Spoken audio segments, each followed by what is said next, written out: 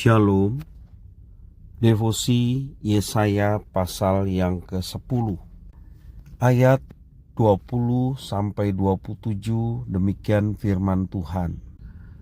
Tetapi pada waktu itu sisa orang Israel dan orang yang terluput di antara kaum keturunan Yakub tidak akan bersandar lagi kepada yang mengalahkannya, tetapi akan bersandar kepada Tuhan yang Maha Kudus, Allah Israel, dan tetap setia. Suatu sisa akan kembali, sisa Yakub akan bertobat di hadapan Allah yang perkasa. Sebab sekalipun bangsamu, hai Israel, seperti pasir di laut banyaknya, namun hanya sisanya akan kembali. Tuhan telah memastikan datangnya kebinasaan, dan dari situ timbul keadilan yang meluap-luap. Sungguh kebinasaan yang sudah pasti akan dilaksanakan di atas seluruh bumi oleh Tuhan, Tuhan semesta alam. Sebab itu beginilah firman Tuhan, Tuhan semesta alam. Hai umatku yang diam di Sion, janganlah takut terhadap Asyur, apabila mereka memukul engkau dengan gada dan menghantam engkau dengan tongkatnya, seperti yang dilakukan Mesir dahulu. Sebab sedikit waktu lagi amarahku atasmu akan berakhir, dan murkaku akan menyebabkan kehancuran mereka.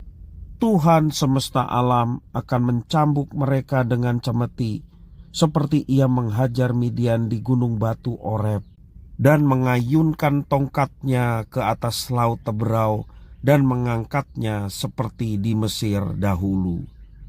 Pada waktu itu beban yang ditimpakan mereka atas bahumu akan terbuang, dan kuk yang diletakkan mereka atas tengkukmu akan lenyap.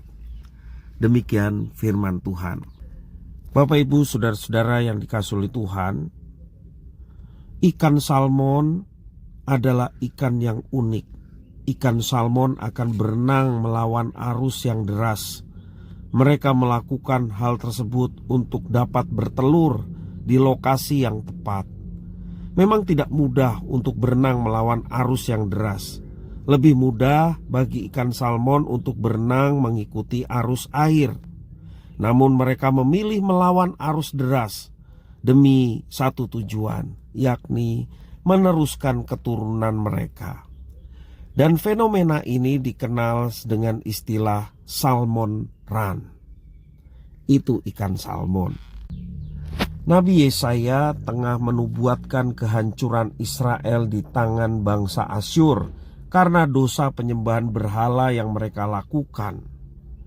Meski awalnya mereka digambarkan begitu banyak seperti pasir di laut, ayat 22, tetapi hanya sedikit yang akan bertahan, yaitu mereka yang bertahan melawan arus penyembahan berhala dan tidak mengikuti penyembahan berhala, tetap memilih beriman kepada Tuhan Allah. Tuhan berkenan kepada mereka yang tersisa, yang terluput dari keturunan Yakub, yang tetap setia dan sungguh bersandar kepada Tuhan, bukan kepada mereka yang menyembah berhala. Mereka tetap bertahan dalam iman dan tidak membiarkan diri terhanyut dalam ketidaksetiaan yang melanda Israel pada masa itu.